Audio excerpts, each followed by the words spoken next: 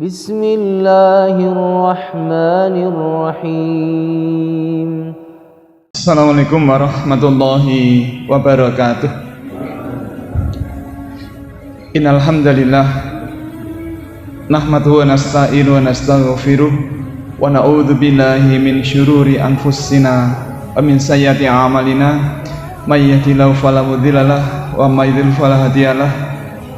Asyhadu an la ilaha illallah wa asyhadu anna Muhammadar Rasulullah. Allahumma sholli wa sallim wa barik ala sayyidina Muhammadin wa ala alihi wa sahbihi ajmain. Qala Allah Ta'ala fi kitabil karim, a'udzu billahi minasyaitonir rajim. Bismillahirrahmanirrahim. Ya ayyuhalladzina amanu hal atullukum ala tijaratin tunjikum min adabin alim tu'minuna billahi wa rasulihi wa tujahiduna fi sabilillah bi amwalikum wa anfusikum dzalikum khairul lakum in kuntum ta'lamun. Ibu bapak masyaallah muslimin jamaah yang kami hormati dan yang dimuliakan Allah Subhanahu wa taala, marilah di kesempatan sore hari ini kembali kita haturkan rasa syukur kita kehadirat Allah Subhanahu wa taala atas ridha dan berkenan Allah. Di sore hari ini kita masih diperkenankan sehat walafiat dikala wabah kembali naik, dan kemarin penambahan pasien positif COVID sampai 500 kemarin. Hari ini belum tahu berapa.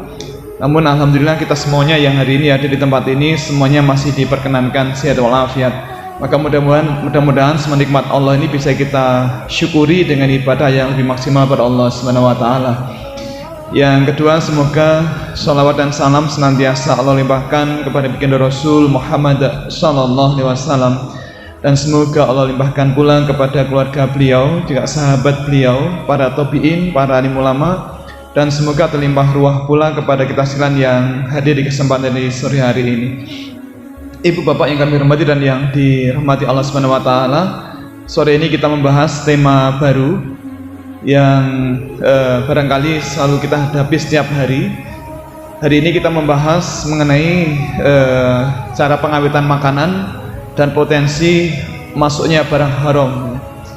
Nah, pengawetan makanan itu apa? Ini makanan dan minuman, Bapak Ibu. Makanan itu kan bisa rusak ya. Daging, ikan, susu, telur, buah, bahkan nasi itu bisa rusak ya. Kenapa bisa rusak? Karena mereka mengandung banyak nutrien. Kalau air sumur atau air putih begitu, putih yang bening itu tidak mudah rusak. Kenapa? Karena tidak mengandung nutrien kecuali H2O. Tetapi kalau daging, kemudian ikan, susu, telur, buah-buahan ya, ternyata mereka mengandung protein, mengandung karbohidrat, mengandung lemak, mengandung vitamin yang ternyata itu juga dibutuhkan untuk kehidupan mikroba, termasuk mikroba yang membusukkan makanan. Nah, oleh karena itu supaya makanan itu bisa tetap kita konsumsi, tidak kita buang ya, tidak kita sedekahkan kepada ayam atau kepada burung, tetapi masih bisa kita manfaatkan, maka ada beberapa metode. Kalau dulu barangkali kita hanya mengetahui cara pengawetan makanan hanya dua, yaitu dinget dan didang. Didang itu apa Pak? Disoblok, dikukus. Dikukus napa dinget? Nek dinget niku nggih benten melih nggih. Mboten namung ukaranipun ingkang benten, tapi memang benten gitu. Dinget itu kan pun mateng dipanaske melih nggih. Nggih, dinget lan didang. Tetapi ternyata Bapak Ibu ada banyak metode untuk pengawetan makanan, termasuk makanan-makanan yang secara komersial itu dijual begitu. Nah, kerusakan memang bisa ya, kerusakan makanan itu bisa disebabkan oleh mikroba seperti bakteri-bakteri patogen. Bapak Ibu, tidak semua bakteri itu buruk. Ulangi, tidak semua bakteri itu buruk atau jahat. Ada banyak bakteri yang baik, ada banyak bakteri yang menguntungkan untuk kita. Contohnya adalah bakteri-bakteri yang dipakai untuk proses fermentasi susu menjadi yogurt, menjadi kefir, menjadi susu fermentasi. kemudian bakteri-bakteri yang dipakai untuk membuat keju, kemudian bakteri yang membantu proses ya pembuatan berbagai macam makanan termasuk seperti teh kombucha dan seterusnya. Jadi bakteri ada yang baik, ada yang jahat. Bakteri yang jahat kita kenal dengan istilah bakteri patogen, bakteri yang memiliki efek buruk. Kenapa buruk? Karena mereka mengeluarkan metabolit. Metabolit itu apa? Metabolit adalah senyawa yang dihasilkan oleh makhluk hidup bersel satu, seperti bakteri, jamur, virus, kapang dan seterusnya. Nah, bakteri-bakteri yang jahat itu mengeluarkan metabolit atau senyawa yang memiliki efek yang merusak. Nah, salah satunya adalah senyawa-senyawa yang kemudian merusak struktur fisik, kimia maupun biologis dari makanan. Nah, ada pula kemudian yang namanya jamur dan virus. Jamur juga ada yang baik, ada yang tidak baik. Contoh jamur yang baik adalah jamur yang dipakai untuk fermentasi tempe, tahu dan yang lain. Tetapi yang namanya virus itu semuanya buruk. Maka sebenarnya salah yang namanya virus cinta itu kan kadang-kadang dipakai gara-gara virus cinta saya menikahi istri saya. Itu kan baik. Ya, tidak tepat kalau kemudian virus dipakai untuk hal yang positif. Karena virus itu semuanya buruk. Virus tidak ada yang baik, semuanya jahat. Kemudian kerusakan makanan Bapak Ibu ternyata juga bisa disebabkan oleh faktor yang lain seperti cahaya begitu. Cahaya ternyata juga merusak, terutama UV, sinar ultraviolet ternyata bisa merusak struktur kimia dari tanaman. Nah, kemudian Bapak Ibu, usaha pengawetan adalah usaha yang dipakai untuk membuat makanan menjadi lebih awet dengan masa simpan yang lebih lama, masih bisa kita manfaatkan dan kita jaga kualitasnya tetap baik ya. Nah, zaman dulu memang yang kita ketahui, kita kalau apalagi ibu-ibu yang punya restoran gitu, besar maupun kecil, warung gitu, kita menjual lele, kemudian lele goreng, ayam goreng, telur goreng. Kalau tidak laku ya diubah dalam bentuk yang lain menjadi mangut lele atau telur mangut telur, atau kemudian daging ayam goreng pun bisa menjadi mangut ayam goreng. Tetapi ternyata ada pula metode-metode yang lain yang kemudian tidak hanya bisa menunda atau menjaga kualitas 1-2 hari, tetapi bisa lebih lama.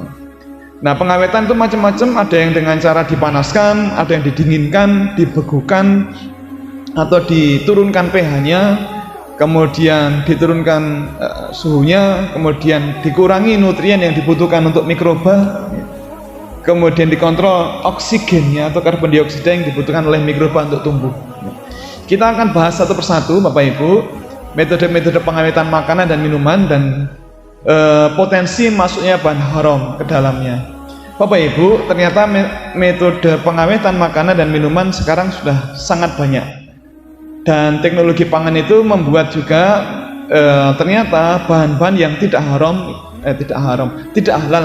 itu bisa masuk ke situ ya. Nah, oleh karena itu kita akan belajar agar ilmu kita bareng-bareng bertambah lebih lengkap, kita bisa dakwahkan ke orang lain, minimal kita ceritakan ke orang-orang terdekat kita di rumah kita. Nah, Bapak Ibu, ada beberapa metode pengawetan makanan yang populer sekarang, dan dari situ kemudian potensi bahan haram bisa masuk.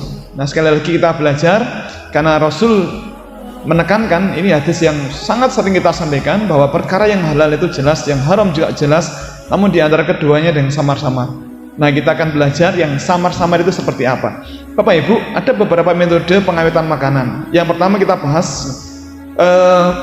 jika waktunya cukup kita akan bahas semua hari ini, malam ini atau seri ini. Ada 23 sampai enggak ya? Ya, ada beberapa metode begitu yang dipakai untuk pengawetan makanan gitu. Yang pertama pendinginan. Bapak Ibu, bahan makanan itu bisa awet kalau kita dinginkan. Caranya adalah memasukkan bahan makanan itu ke lemari pendingin, atau bahasa Inggrisnya refrigerator, atau cool case. Cool itu sejuk, case itu peti. atau dalam bahasa kita kulkas. Kulkas itu dalam bahasa Inggris ternyata cool case, peti sejuk. Jadi kita simpan bahan makanan itu ke dalam kulkas. Di gambar ini ada sayur, ada paprika, ada jeruk, ini buah-buahan macam-macam, ada apel, mungkin apa mawon ini, ada anggur dan yang lain-lain. Kemudian juga ada bahan-bahan makanan yang kita simpan dalam kulkas. Lalu tujuan kita menyimpan bahan makanan dalam kulkas apa? Tujuannya adalah untuk menurunkan suhu agar aktivitas mikroba pembusuk itu dibatasi. Jadi ketika suhu diturunkan, ternyata mikroba tidak bisa hidup dengan baik, tidak bisa berkembang biak dengan lancar atau dengan secepat biasanya. Ya. Jadi ketika suhunya kita turunkan, maka mikroba tidak bisa hidup, tidak bisa berkembang biak. Ya. Nah, contoh kita bisa tadi di gambar tadi kita sampaikan ada buah-buahan bisa kita simpan dalam kulkas. Kemudian ya buah anggur, lengkeng, jambu, salak, segala macam buah-buahan. Juga sayur, ya termasuk susu cair dalam kemasan. Ya kita kadang membeli susu yang kemasan itu, ketika kita buka kalau diler niku napa bahasa Indonesiane? Bapak Ibu wonten ingkang pirsa diler niku bahasa Indonesiane napa?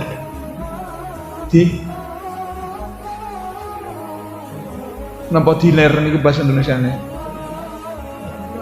Dibuka, diletakkan di tempat terbuka, ngoten nggih. Jadi diekspos di udara terbuka, di suhu kamar. Niku diler. Gambil basa Jawi nggih. Hanya berapa suku kata? Diler, dinget, didang, diler.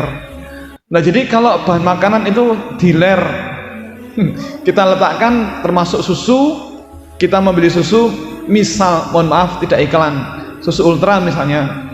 Kemudian yang 1 liter, kemudian kita buka, tidak kita minum semuanya, kita minum 1 gelas saja, masih ada sisa, kira-kira 600 ml misalnya.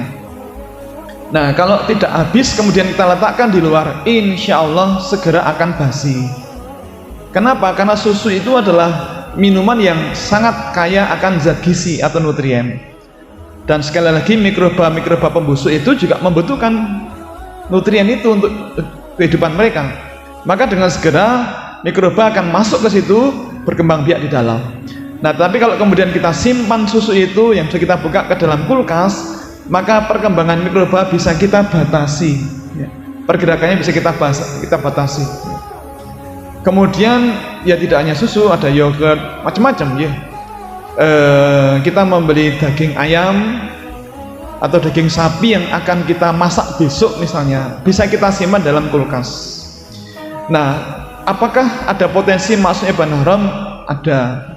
Bapak Ibu, kalau di rumah kita insya Allah aman. Tetapi kalau kemudian disimpan di kulkas orang lain atau di kulkas toko begitu, bisa jadi ketika disimpan bersama dengan barang non halal, jadi misalnya di kulkas itu juga dipakai untuk menyimpan daging babi, nah, berarti ada potensi tercemar dengan barang yang tidak halal gitu.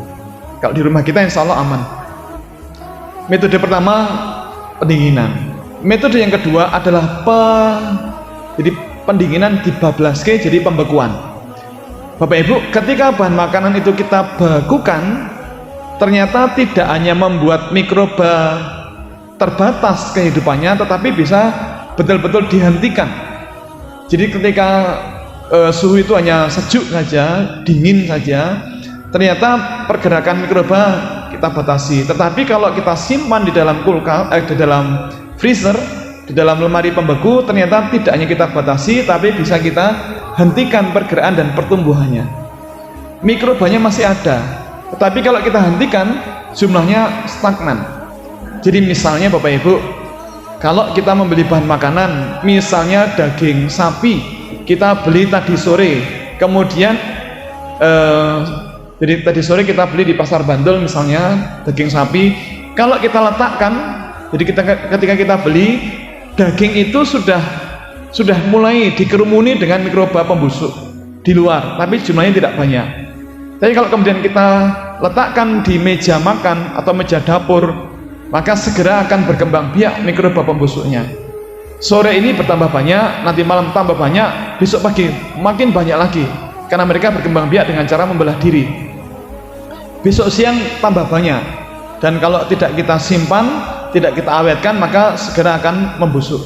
Nah, kalau kemudian misalnya ketika kita beli jumlah mikrobanya ada 100 misalnya, maka nanti malam menjadi 500, tengah malam jadi 2000, besok pagi menjadi 4000 misalnya.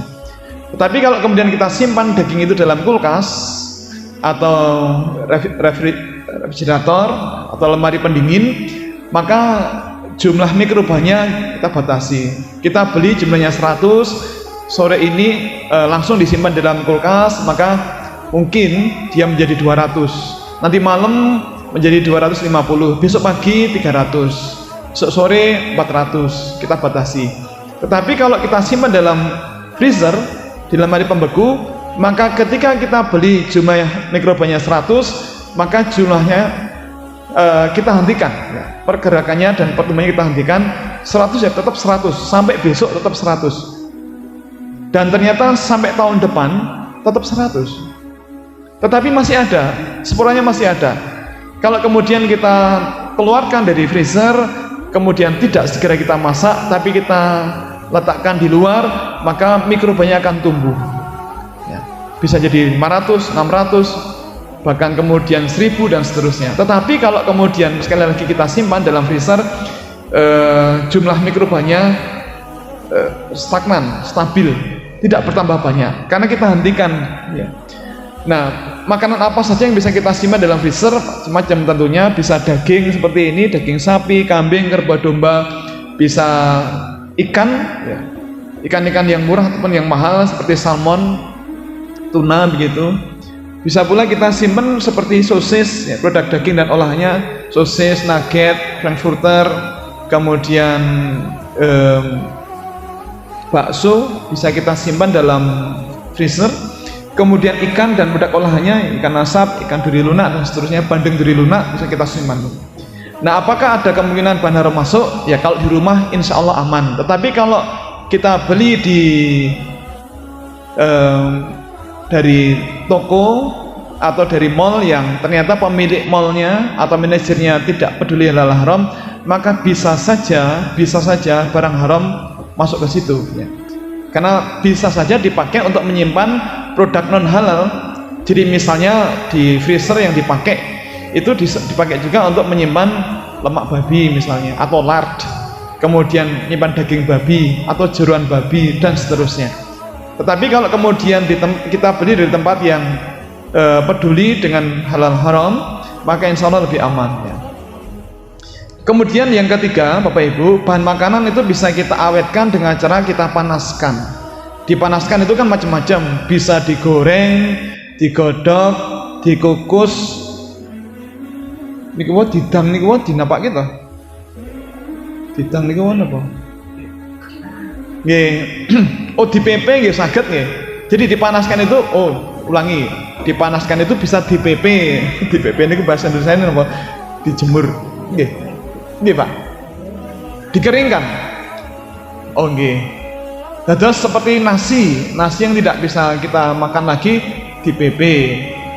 Kemudian diolah menjadi legendar dan yang lain, dipepe atau dijemur, kemudian bisa digoreng, bisa dikukus, digodok, dipanggang dan yang lain-lain. Kalau digoreng bahasa Inggrisnya apa?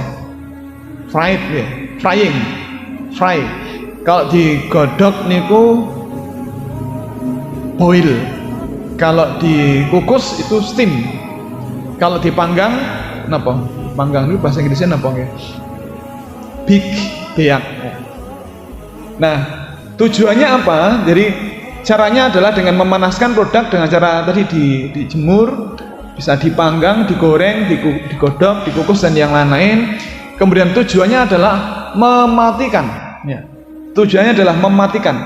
Jadi tidak hanya sekedar menghambat pertumbuhan atau kehidupannya, tidak hanya menghentikan, tetapi kalau digoreng, dipanggang, dimasak itu bisa mati mikrobanya, bisa mati. Kalau cara memanggang, menggoreng, mengukusnya salah, maka bisa jadi yang mati atau rusak itu tidak hanya mikroba atau bakteri yang jahat, tetapi juga nutriennya ikut rusak, bahkan bisa berbahaya. Bapak Ibu, saya pernah matur ke panjenengan, kalau daging dimasak menjadi sate atau barbeque kemudian caranya keliru, maka ternyata itu malah justru bisa membahayakan kita. Contohnya adalah ketika kita memanggang sate atau daging untuk barbeque, daging panggang atau lele bakar, kemudian dipanggang atau dibakar sampai menjadi areng, itu malah berbahaya. Jadi kalau kemudian kita membeli sate atau daging panggang kok ada arengnya, tolong itu dibuang, karena itu karena sudah muncul zat-zat karsinogen, zat-zat yang menyebabkan kanker.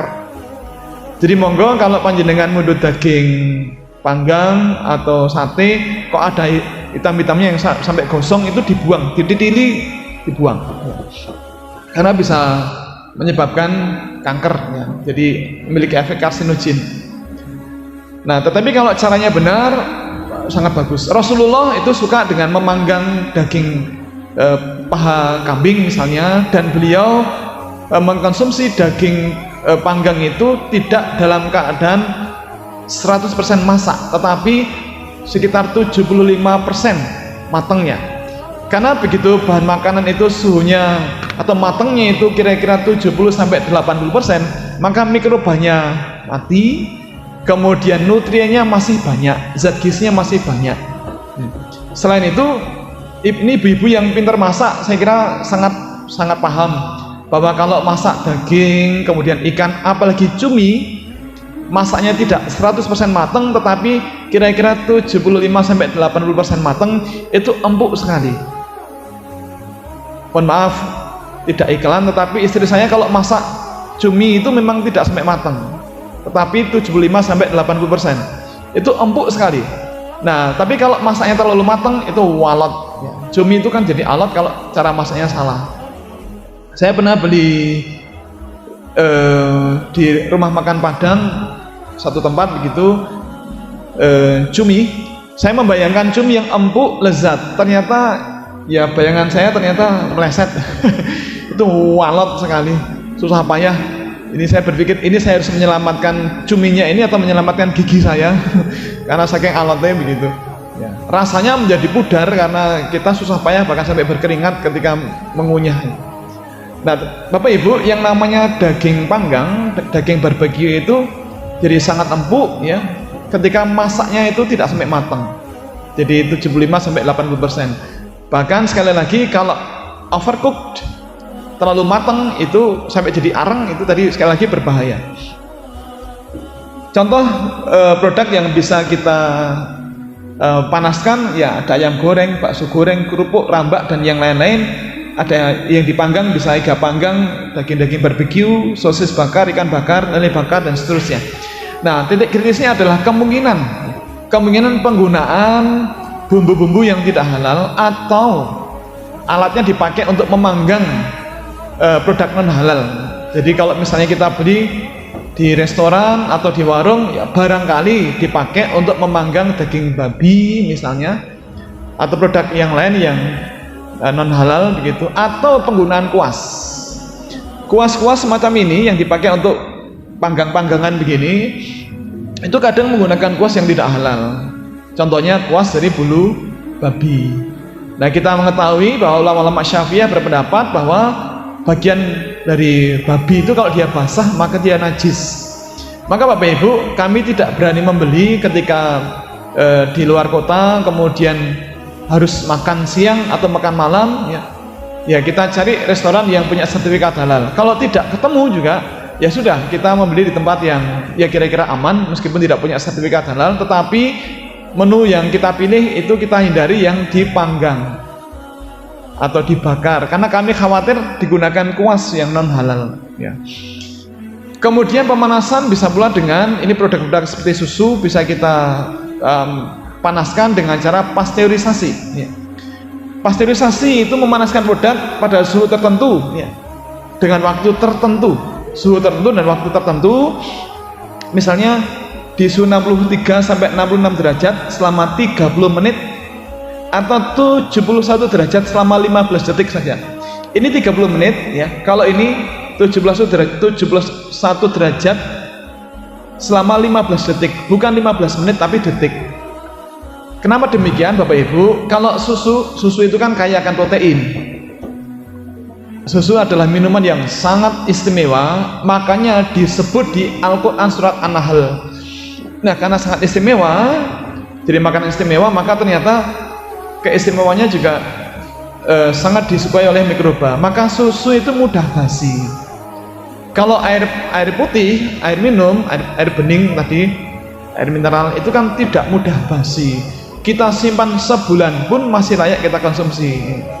Tetapi kalau susu, wah, susu diler, sekarang diler, besok malam, jangan malam, besok pagi sudah tidak bisa kita konsumsi ya. Karena kemudian basi, muncul aroma tidak sedap. Karena mikroba pembusuk berkembang biak di situ, menghasilkan senyawa yang aromanya busuk atau basi. Nah, maka Bapak Ibu, kalau kemudian produk susu itu kita panaskan dengan cara pasteurisasi dengan tadi suhu 63 sampai 66 derajat selama 30 menit atau 71 derajat selama 15 detik saja, ternyata bakteri, jamur, virus itu mati, tetapi nutriennya terutama protein masih bisa dipertahankan. Kalau suhunya terlalu tinggi, kita masak sampai mendidih, ternyata tidak hanya mikroba pembusuknya yang mati, tetapi juga proteinnya rusak. Bapak Ibu, susu itu kaya akan protein. Kalau dimasak, digodok sampai kemudian mendidih, ternyata proteinnya banyak yang denaturasi alias rusak. Nah, maka kemudian ada metode pasteurisasi. Nah, pasteurisasi mematikan sebagian mikroba yang dapat merusak kualitas produk, tetapi dengan tetap menjaga kualitas nutrien atau zat gizi dari makanan. Nah, contoh yang sangat sering kita temui di pasaran adalah susu dengan HTST atau high temperature short time, suhu tinggi tetapi dalam waktu yang sangat pendek. Susu semacam ini ada susu ultra, ada Greenfield, ada Diamond dan yang lain-lain. Ini banyak yang merupakan susu HTST. Susu itu dilewatkan di suhu tinggi tetapi sangat singkat. Kemudian bakteri-bakteri pembusuk termasuk jamur dan virus itu mati, tapi kemudian nutriennya terutama proteinnya masih insya Allah masih utuh. Kemudian ada pula Bapak Ibu yang namanya sterilisasi. Kalau pasteurisasi itu mematikan sebagian dari mikroba yang merugikan, tetapi kalau sterilisasi itu sampai steril, sampai betul-betul mati semuanya ya. Nah, kalau sterilisasi itu pemanasan di suhu 140 sampai 150 derajat selama 1 sampai 3 detik saja. Cepat sekali ya, cepat sekali. Nah, tujuannya adalah untuk tidak hanya mematikan sebagian, tapi mematikan seluruh mikroba yang menyebabkan penyakit dan ya, bisa merusak produk gitu. Nah, contohnya adalah susu steril. Susu steril adalah susu yang mikroba patogennya, mikroba penyebab penyakitnya sudah mati semuanya. Nah, atau mungkin 95 sampai 98% sudah mati. Nah, contoh adalah susu UHT, ultra high temperature, sangat tinggi suhunya tetapi sangat singkat. Nah, apakah ada kemungkinan bahan haram masuk? Ya ada, tetap ada. Jadi kemungkinan alat sterilisasi dipakai untuk mensterilkan produk-produk yang non halal. Itu yang kelima. Yang keenam, ada metode pengawetan makanan dengan cara diasap atau pengasapan. Ini banyak contohnya Bapak Ibu.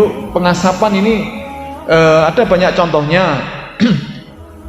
Di antaranya ada daging asap, kemudian ada ikan asap, kemudian contoh produk yang ada di pasaran kita yang paling banyak apa aja? Bapak Ibu, tetangga kami itu menjual masakan mangut lele tetapi ada aroma asap. Saya nanya ke beliau, kok enak banget ya Mbak, dengan niki mengasap sendiri atau kulaan lele asap? Kulaan tan pasar Bandul, katanya begitu. Jadi di pasar Bandul itu ada lele asap ternyata. Kemudian beliau tinggal mengolah menjadi mangut begitu. Dan ternyata mangut lele yang digoreng biasa dengan yang diasap dulu, ternyata aromanya sangat berbeda. Jauh lebih enak yang diasap, karena ada aroma asap yang ternyata membuat cita rasa menjadi lebih meningkat gitu. Nah, tidak hanya lele asap, kepala manyung asap, Bapak Ibu, di mana itu? Di pesisir kidul itu ada beberapa restoran yang menjual ikan manyung yang dimangut begitu. Tetapi ternyata ya rasanya sangat enak, tetapi Bapak Ibu agak berbeda dengan mangut manyung yang di Muntilan misalnya atau di Pantura, karena di sana itu di asap dulu, baru kemudian digoreng, baru kemudian dimangut. Rasanya, cita rasanya sangat berbeda ya. Jauh lebih enak yang diasap dulu ya. Bapak Ibu, kenapa kemudian mengasap itu bisa membuat lebih awet? Karena ternyata pengasapan itu membuat mikroba tidak bisa hidup di sel dan jaringan tubuh daging atau ikan. Ketika ikan itu diasap, ternyata asap itu masuk ke pori-pori sel atau minimal di permukaan, sehingga kemudian selain memberikan cita rasa yang sedap asap begitu, ternyata juga membuat mikroba tidak bisa hidup. Mikroba pembusuk itu butuh oksigen untuk hidup. Nah, kalau oksigennya diganti dengan asap, karbon dioksida ataupun yang lain, ternyata membuat mereka tidak bisa hidup gitu. Nah, apakah ada titik kritis kemungkinan masuknya bahan haram? Ada. Jadi kemungkinan penggunaan alat-alat non halal. Contohnya apa? Bapak Ibu pernah suatu ketika kami dosen-dosen UGM itu ada seminar di Manado begitu. Di Manado, kemudian ada salah satu alumni kami yang tinggal di Manado itu mau nangi, kami datang ke Manado, kemudian dihampiri di hotel, diajak keluar untuk nyari makanan. Beliau yang mu'alaf mengatakan hati-hati kalau makan di sini, karena di Manado itu banyak makanan non halal. Sekarang saya, kata beliau, akan menjamu tamu-tamu istimewa ini dengan masakan-masakan yang halal, yaitu ikan asap. Bapak Ibu, ikan asap Manado terkenal amat sangat enak sekali, karena ikan-ikan di Manado itu memang kualitasnya bagus. Bahkan ibarat tidak diberi bumbu pun dimasak sudah enak begitu, apalagi kemudian diberi bumbu. Benar, kemudian kami diajak mampir ke ikan asap ya. Seperti inilah kira-kira. Jadi ikan itu ikannya macam-macam, ada ikan kakap merah, ada cakalang, ada macam-macam ya, ada tuna. Penampilannya sangat menawan, aromanya sangat menawan, dan ketika akan masuk ke restoran itu kami sudah langsung terpana dengan penampilannya. Cuma kemudian ketika akan masuk, saya bilang ke teman-teman, "Cek Mas, sebentar." Jadi ikan itu kan diletakkan di panggangan di atas, tidak langsung ketemu api, tetapi kan asapnya itu kemudian anget-anget dari bawah ya. Angetnya api, jadi ada seperti macam-macam ini, seperti sabut kelapa yang dipanaskan, kemudian asapnya naik ke atas. Penampilan sangat eksotik, tetapi kemudian saya nanya, "Sik Mas, ini diberi bumbu apa tidak?" Ternyata diberi bumbu. Terus bagaimana cara bumbu itu menempel di permukaan ikan? Apakah ikannya dicelup di bumbu atau bumbunya dioleskan pada permukaan ikan? Ternyata bumbunya dioleskan di permukaan ikan. Nah, ngolesnya pakai apa? Ketika kita lihat, ternyata menggunakan kuas. Nah, kuasnya seperti apa? Nah, ternyata kemudian setelah kita lihat penampilan kuasnya khas kuas bulu binatang. Saya bilang, wah, saya nggak berani makan karena ini kan kuas dari bulu babi. Kan kita, wah, mbak mau rasa ngejak nanung? Ya apa pula. Ya, monggo nek jenengan mau makan, monggo nanti tak temani saya minum aja lah gitu. Oh enggak, kita pindah ke tempat yang lain yang tidak menggunakan kuas begitu. Nah, kemudian kita pindah ke tempat yang lain. Jadi Bapak Ibu, ternyata memang pengasapan ini membuat cita rasa ikan menjadi sangat eksotik ya, sangat enak dan seterusnya. Tetapi sekali lagi ternyata ada pula potensi masuknya atau penggunaan bahan-bahan yang tidak halal pada produk yang diasap gitu. Kemudian yang ketujuh, Bapak Ibu, kita bisa mengawetkan makanan dengan cara dikemas. Pengemasan tentu macam-macam ya. Ada beberapa metode pengemasan yang dipakai untuk menyimpan bahan makanan. Kita sering juga mengemas makanan, atau kalau kita lihat di supermarket itu ada berbagai macam kemasan makanan yang kemudian ternyata ketika makanan itu dikemas, maka masa simpannya menjadi lebih lama. Bapak Ibu nate mundut kerupuk, tetapi di supermarket ada kerupuk yang dikemas yang ternyata tidak hanya bertahan sepekan, ternyata bisa bertahan sebulan bahkan 2 bulan ya. Ketika dikemas ternyata kerupuk yang ready to eat, yang siap dikonsumsi itu tidak hanya bertahan sepekan, tetapi bertahan sampai sebulan, 2 bulan, bahkan 3 bulan. Kenapa? Karena ketika dikemas, mikroba tidak bisa hidup di dalam. Memang mikroba masih bisa hidup beberapa hari di situ ya.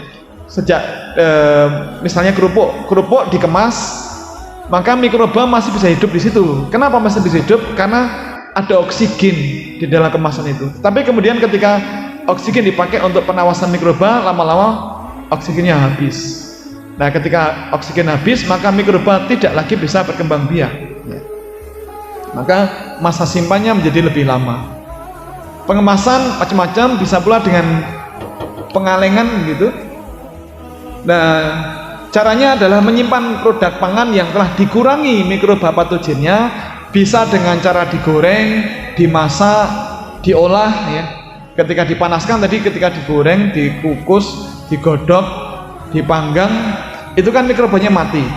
Nah, setelah mati kemudian disimpan atau dikemas dalam kaleng. Nah, ketika dikemas dalam bentuk kaleng begitu, maka produk makanan yang mikrobanya telah banyak yang mati tadi kemudian segera dikemas, maka barangkali masih ada beberapa mikroba yang hidup. Tapi begitu dia dikemas dalam bentuk dikalengkan, tentu udara tidak bisa keluar masuk ya. Kecuali kalau kalengnya bocor. Nah, kalau kalengnya itu bagus, pengalengnya bagus, maka tidak mungkin ada udara yang keluar masuk. Nah, karena tidak ada udara yang keluar masuk, maka jumlah oksigen di dalam kaleng itu sangat terbatas. Nah, karena sangat terbatas, maka mikroba pembusuk tidak bisa hidup di dalam karena tidak ada oksigen. Maka mikrobanya tidak bisa hidup. Maka tujuan dari pengalengan ini membuat masa simpan ini menjadi lebih lama, sekaligus produk bisa lebih mudah dikirim kemana-mana. Bapak Ibu ingat ya, kita pernah ditawari daging kurban yang dikalengkan, jadikan konet lamb, jadi konet daging sapi, konet beef atau konet lamb, konet daging kambing yang disimpan, ternyata bisa dikirim ke berbagai negara. Bapak Ibu perso tentunya di Arab Saudi itu kalau satu masa haji itu berapa juta orang ya? Ya, yang jelas lebih dari 1 juta. Saya lupa berapa jumlah jamaah haji. Nah, maka jumlah kambing yang disembelih di Saudi juga sebanyak itu. Ya, misalnya jumlah jamaah haji ada 1 juta, maka minimal ada 1 juta kambing yang disembelih, karena ditambah orang-orang yang memang mukimin sana, juga ditambah penduduk asli di Arab Saudi. Nah, kalau misalnya ada 1 juta kambing disembelih dalam waktu 1 hari, apakah kemudian habis dimakan di saat itu? Tidak mungkin, nggak mungkin. Dan tidak semua daging kurban dimakan orang Saudi. Maka kemudian dikirimkan ke berbagai negara, apalagi negara-negara miskin ya, yang kemudian bisa memanfaatkan daging kurban itu. Nah, tentu harus dikemas, karena kalau tidak dikemas masih seger langsung dikirim pakai kapal sebulan, ya tentu akan rusak semuanya. Nah, maka ada metode pengemasan dengan cara pengalengan ini yang kemudian membuat masa simpan jadi lebih lama, kemudian lebih mudah untuk dikirim, ditransportasikan ke berbagai tempat ya. Kira-kira ini dulu, kan waktunya sudah habis. Kita sambung pekan depan, insyaallah masih ada beberapa metode yang lain ya. Mudah-mudahan Bapak Ibu meskipun sebentar ada manfaatnya, Dan monggo nanti pekan depan rawuh lagi untuk kita sambung materi ke nomor 8, 9, 10 dan seterusnya. Demikian, semoga ada manfaatnya. Mohon maaf atas semua khilaf. Akhirul kalam, assalamualaikum warahmatullahi wabarakatuh.